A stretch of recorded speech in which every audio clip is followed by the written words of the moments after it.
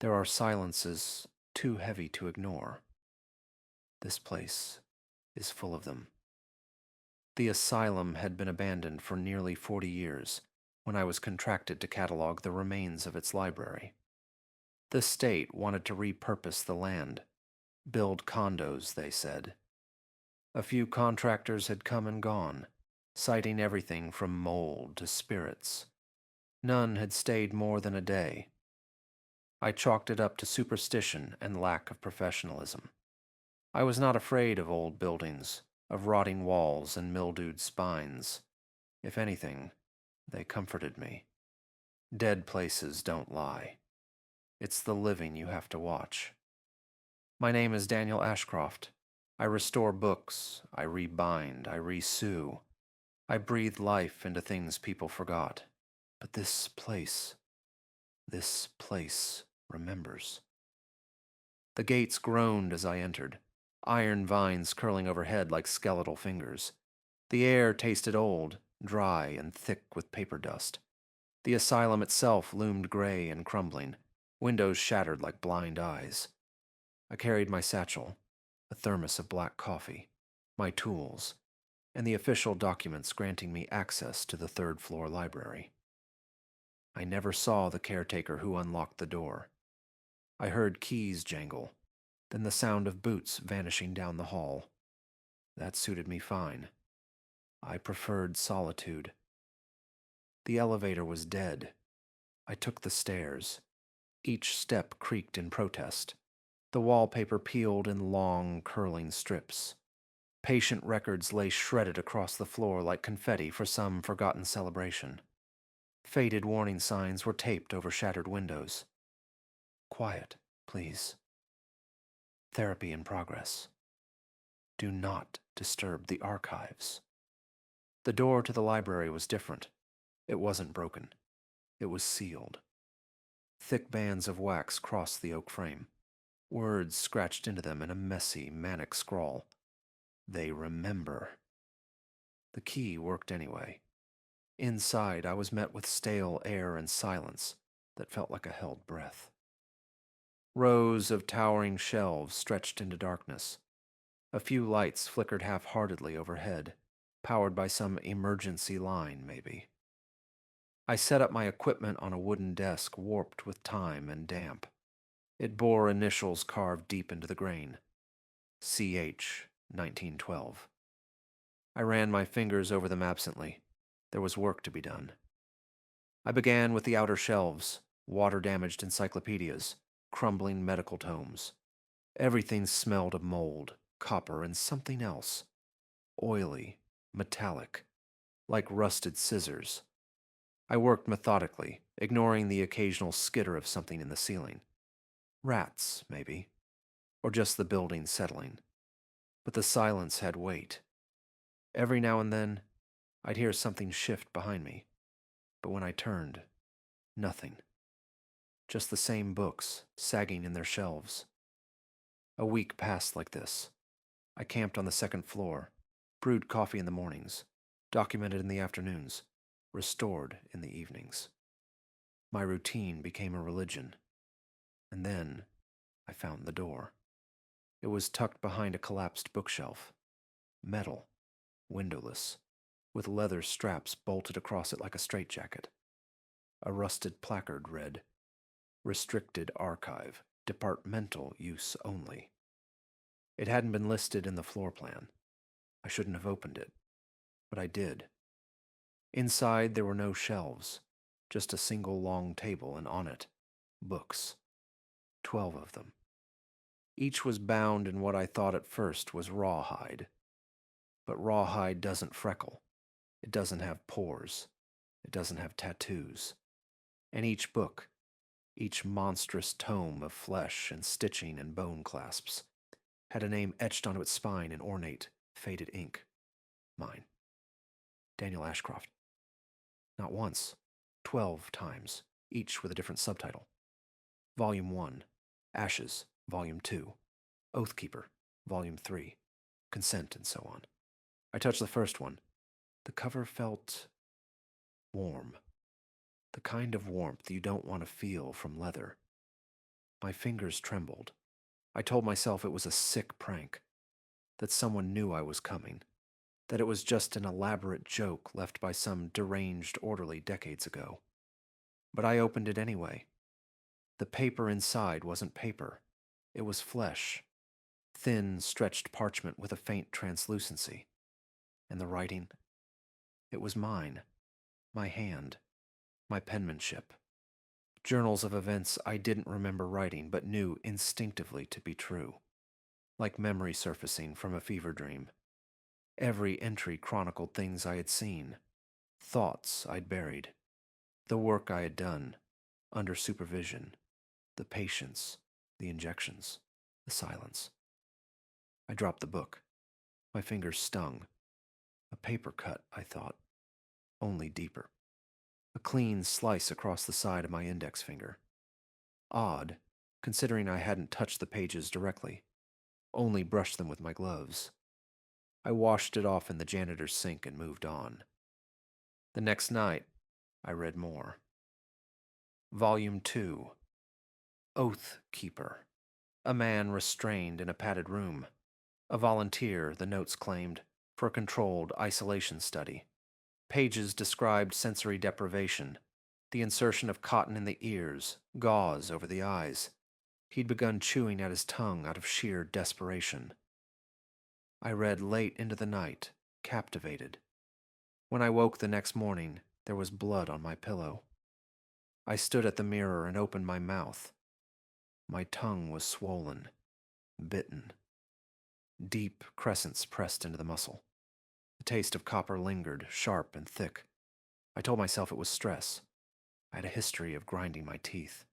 Still, it felt targeted, specific, but I refused to acknowledge the link. Volume 3. Consent. An entry about a female patient who had suffered night terrors and compulsive self-mutilation. She'd clawed her own thigh to ribbons. The doctors had sutured her up while she screamed, though no sound left her lips. Sedation followed. Her file ended abruptly. That night, I found a long, raw scratch running down the side of my thigh. Fresh.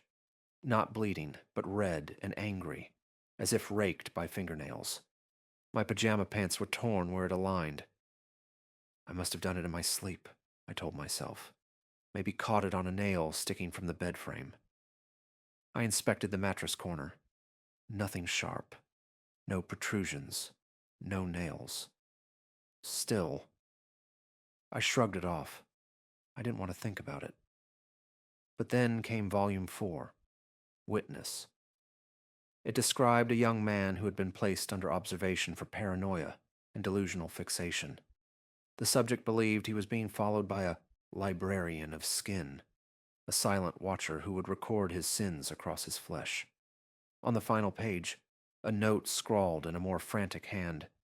"It's behind me now. I can feel its breath.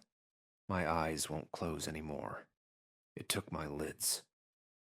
The passage made me shiver. When I blinked later that evening, my left eyelid stuttered, like it was resisting. The skin around it felt stretched, tender. That night I woke in pitch darkness, with a searing sting along my eye.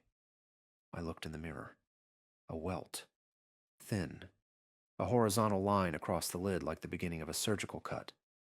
Still, I said nothing. Thought nothing.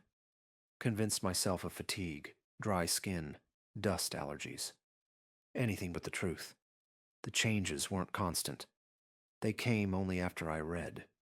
Only after I turned pages. But denial has a momentum of its own. I kept reading. Volume 5. Trepanning. A record of crude cranial surgery. A patient had been drilled without anesthesia after claiming there were voices trapped beneath the skull. His diary was included, scrawled and shaking, and described hollowing sensations behind his forehead. I shut the book halfway through. I felt faint. Later that night, I suffered a piercing headache. Sharp, localized, like a spike between my temples. The pain was so sudden it dropped me to my knees. I vomited in the dark, clutching the sides of my skull. The next morning, a small lump had risen along my hairline. Hard, circular. I stared at it in the mirror, fingers trembling. It looked like a puncture site. Still red, slightly indented. My scalp throbbed around it. I dabbed it with iodine and moved on. Because, what was I going to say? That the books were hurting me. Remember, I still believed in logic. In facts. I wasn't a superstitious man. And these wounds, minor as they were, could all be explained. Probably. Probably. Volume 6 remained untouched. For now. I avoided the table for 3 days. Ate little. Slept less. The injuries faded. The headache receded. The scratch on my thigh scabbed over. The cut on my finger closed. For a moment, the world seemed rational again. Quiet. But the books waited. Each time I passed the archive door, I felt the weight of them pulling at me. Not physically. No tremor in the air, no voices. Just a gravity. A knowing. And sometimes when the lights flickered and the halls groaned, I swore I could hear something breathing behind me. Always behind me. I tried to ignore the room. Tried to keep to my work. Sorting the outer archives. Brushing dust from century-old spines. Logging condition notes into my laptop. But the hum of the sealed archive never left my ears. I began to hear it even when I wasn't near. A low vibration, like the groan of timber under weight, or the turning of pages just out of sight. By the 5th day, it was louder than my own heartbeat. I stood in the threshold again, staring at the door. The books inside were untouched since my last encounter, still arranged in a crescent on the long table, lit by that single hanging bulb overhead. The air was still. Too still. Not dead. Waiting. I told myself I'd just document the bindings. Nothing more. That was my job, after all. So I stepped inside again. The first thing I noticed was the new book. Volume 13. It hadn't been there before.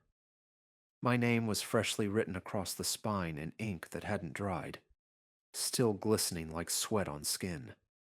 There was no subtitle, just a plain, pulsing cover stitched with twine. A deep gash across the center looked less like a crease and more like a wound trying to close. I didn't open it.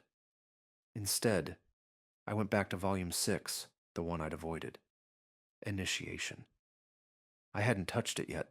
My body still bore reminders from the others, healing gashes, tender temples, the raw line across my eyelid that now resisted blinking. Still, I opened it. The entry described a procedure involving ink injection under the skin. The subject, a man referred to only as Patient Zero, was sedated and injected with a compound of memory-bearing fluid into his veins. The result? Hallucinations that bled out through the skin in the form of actual writing. He had become his own journal.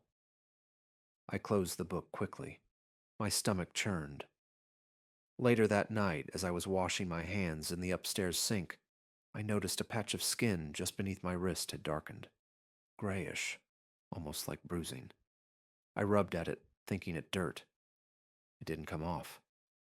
The next morning, I saw the words, "Remember this," etched under my skin in looping, delicate script. I hadn't written it. Things began to deteriorate. My equipment, a pair of archival gloves, a UV lamp, and my recorder, vanished from the main library desk. I found them hours later stacked neatly inside the restricted archive, even though I hadn't entered it all day. My thermos went missing next, turned up emptied and crusted with ink. The skin on my arms was beginning to dry, curl at the edges. Flake. Not like eczema, more like old parchment. I applied lotion. I drank more water. But deep down, I knew. Something was writing itself into me. Then the whispering started. I thought it was static at first. background hum from failing light fixtures. But when I stood in the sealed archive, I could hear distinct words. Ah, bind, turn, read. Not loud, never screamed, just murmured directly into my ears, so faint it might have been memory instead of sound.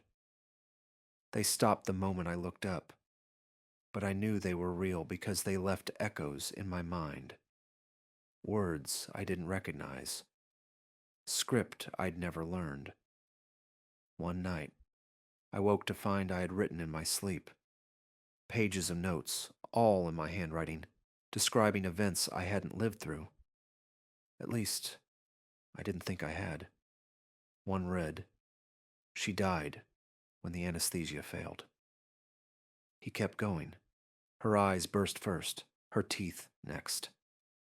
I returned to the table the next morning, exhausted, scared, but hungry. Volume 7, Inheritance, a case study of twin boys who were force-fed their mother's remains under sedation, a punishment, the notes claimed, for repeated escape attempts.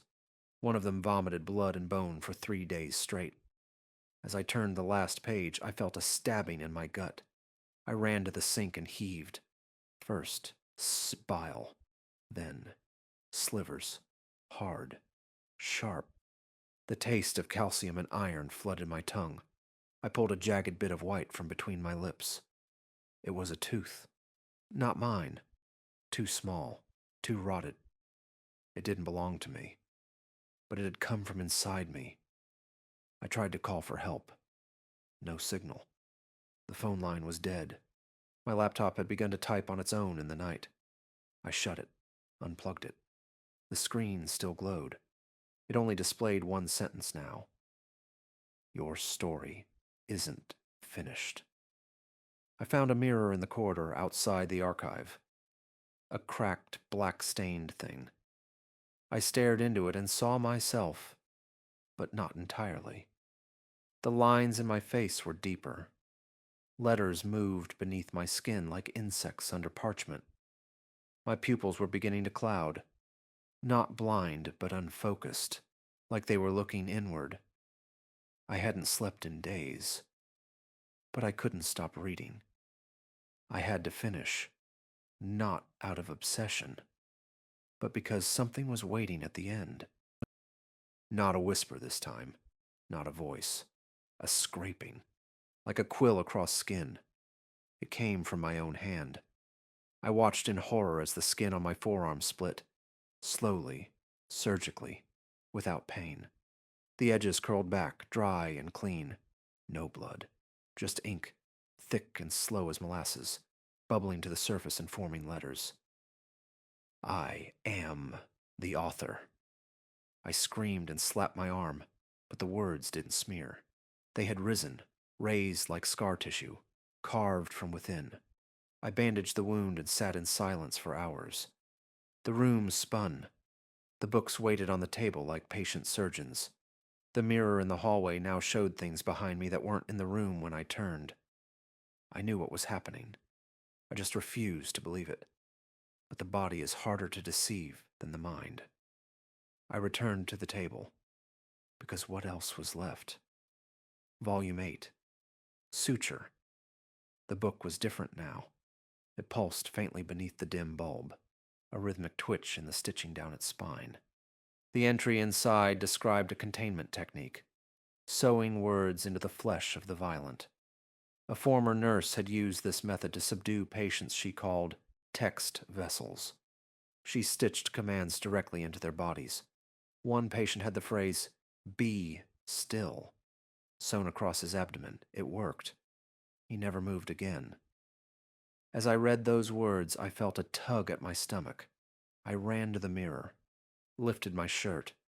Across my skin, something was forming, a line of thread worming its way through my flesh like a subcutaneous worm. Black, fibrous. It looped and curled until I saw the letters clearly, writhing under the skin. Be still. I scratched at it, tore the first layer of skin trying to rip it free.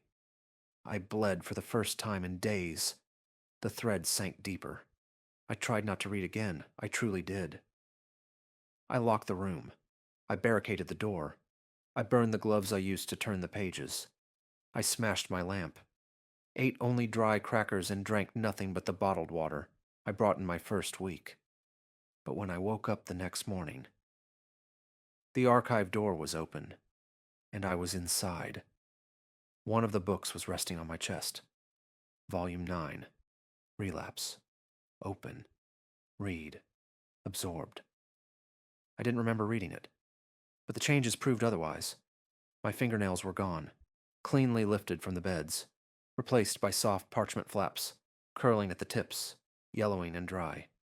Each finger had words scrawled beneath the nails. I couldn't read them all, just flashes. You let them scream. Compliance is complicity. Ink doesn't wash off. I wept. Or tried to. The tears came black and thick. The librarian appeared again that night. I didn't see it enter. One moment I was alone. The next, it was there, standing at the far end of the archive room, its stitched body draped in flayed, papery skin, its face hidden behind a veil of faded calligraphy. It didn't move, didn't speak. It only watched. I tried to leave the room. My legs would not move. Be still. The words stitched in my gut pulsed with heat. It raised one hand. A finger pointed to the table. Volume 10. Atonement. I obeyed. Inside that volume were not case notes, not records, but confessions. My confessions. Word for word. Descriptions of procedures. Names of the sedated. The ones who screamed when the experiments went too far. The day I signed off on a spinal tap that paralyzed a man from the waist down. The time I walked out early and left a boy restrained overnight. He choked on his own vomit by morning. I had written these things. Or had I? Some pages I remembered. Others were lost in the fog. But there they were, in my hand. And on my back, the words began to form. I could feel them, heat pressing into me like a branding iron. I never said no. I fell to the floor, convulsed. Ink spilled from my nose. My breath stank of rotting pulp. The final entries in atonement were blank. They waited for more, for the rest of the truth. I crawled to the mirror again. My skin had turned a pale, page-like yellow. The hair on my arms had fallen out. My veins were ink lines now, swirling in unnatural patterns, like cursive wrapping around my bones. I opened my mouth to scream, but no sound came. Only loose letters spilled from my throat. They landed on the floor and skittered like cockroaches. The librarian took them in a jar, labeled it dialogue. When I finally passed out, I dreamt of an index. Each organ had a number, each memory a footnote, each scream a citation. I was being cataloged, filed, published, and soon bound. Volume 11 waited longer than the others. Its binding was immaculate. Too immaculate. Not stitched like the rest, but fused, as if the leather had grown that way, poreless and seamless. It gleamed with an unnatural polish, a dark shimmer that caught the light and held it. The title was embossed in elegant calligraphy. Full disclosure. I didn't touch it for 2 days, not because I was afraid, but because I already knew what was inside. Not theories, not trials, not the sins of others. Me. During those days, I rationed crackers and water, though I no longer felt hunger. I sat beneath the dim library bulb and studied my hands, now warped and waxy. The fingers fused at their edges like damp pages pressed too long together. My flesh had gone near translucent, veined with ink that pulsed when I remembered things I didn't want to remember. Sometimes, in the dark, I would hear the librarian moving. Not footsteps, turning pages. Always just behind the walls. When I finally opened full disclosure, my skin betrayed me before my mind could even register the words.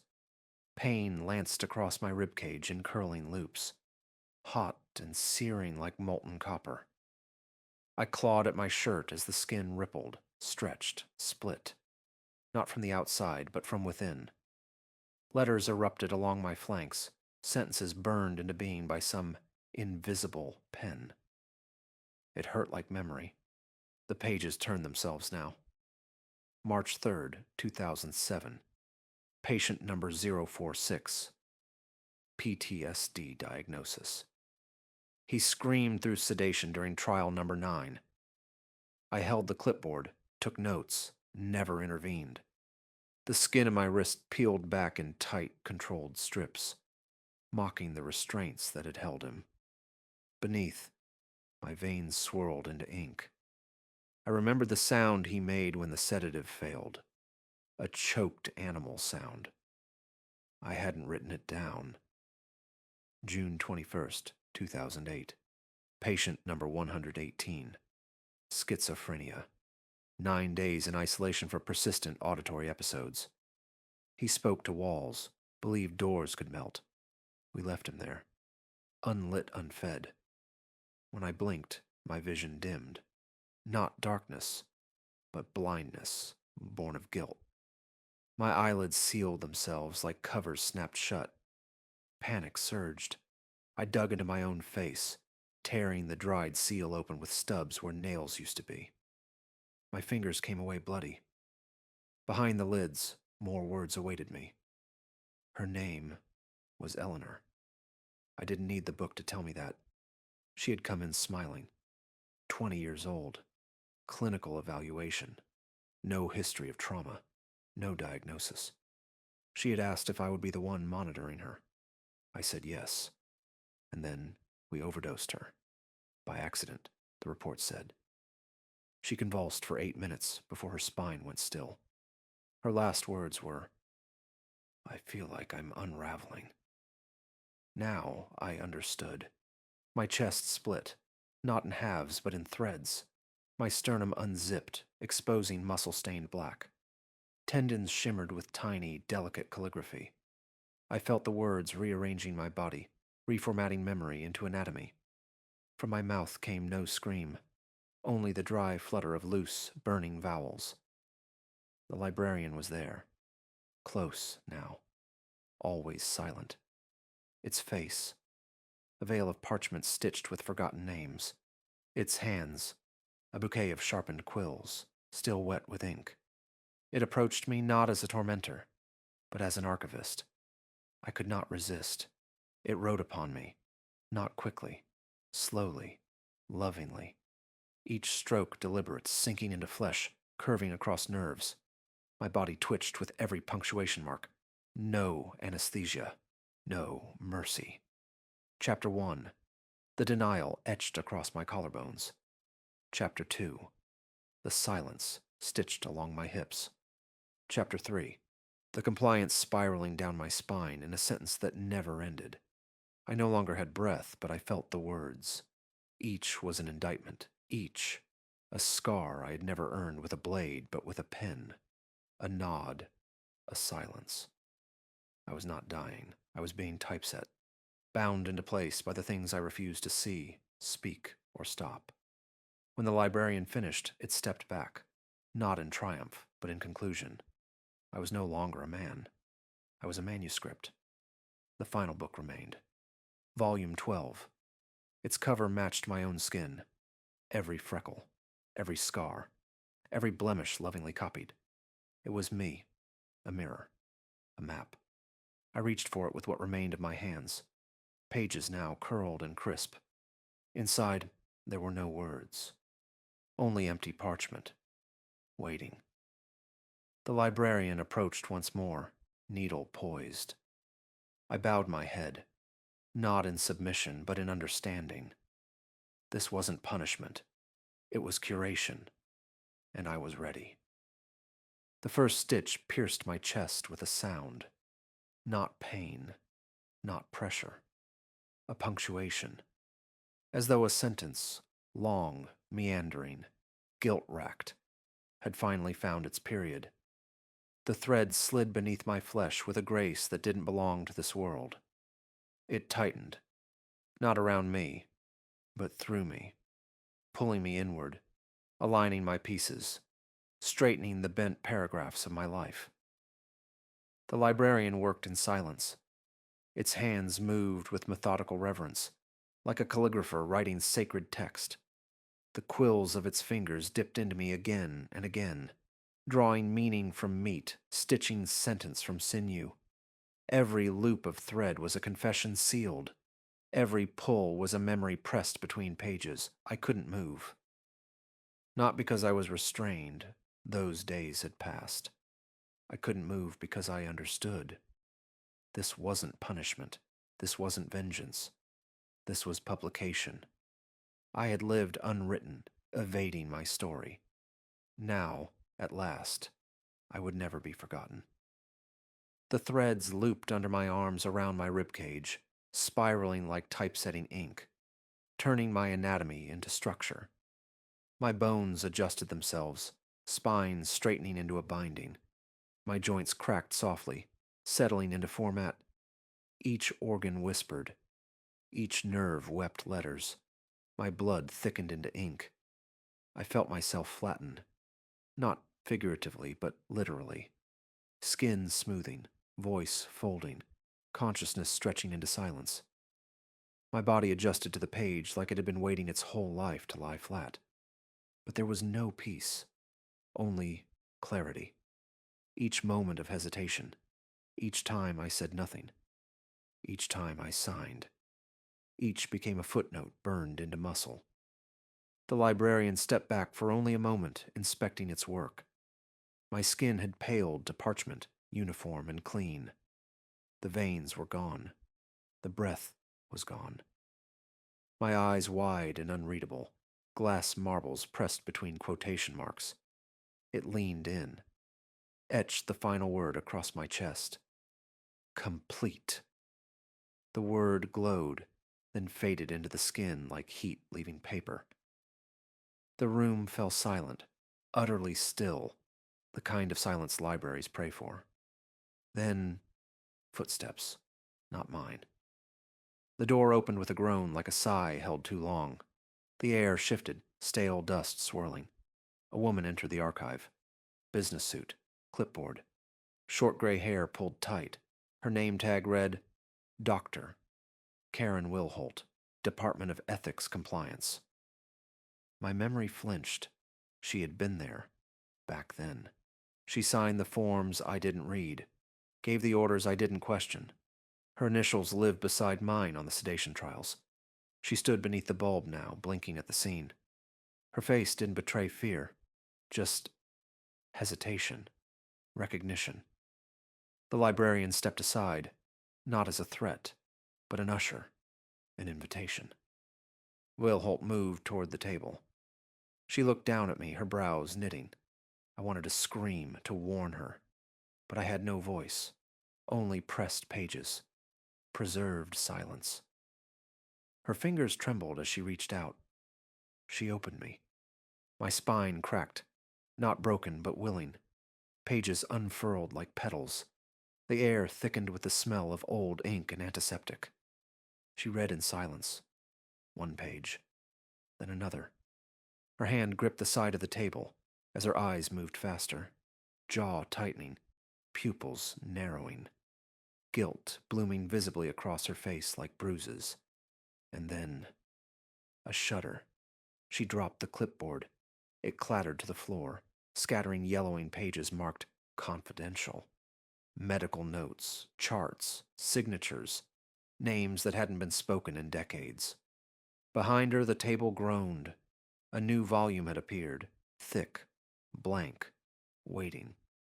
Volume 13. No name yet. Just a shifting title forming across the cover in glistening black ink. The next chapter. The librarian turned toward her, waited, and she knew. She backed away slowly, mouth ajar, breath coming in silent syllables. But the door had already closed. No wind, no sound, just shut. A sound like quills being sharpened echoed from the walls. She looked back at me one last time. My page left open mid-sentence. Then the ink on her hands began to bloom. Her skin twitched. Threads stirred beneath her knuckles. And in the dim reflection of the archive's cracked mirror, she saw the first in a letter begin to form on her forehead. A serifed I, curling like a question. She screamed. But the librarian was already turning pages.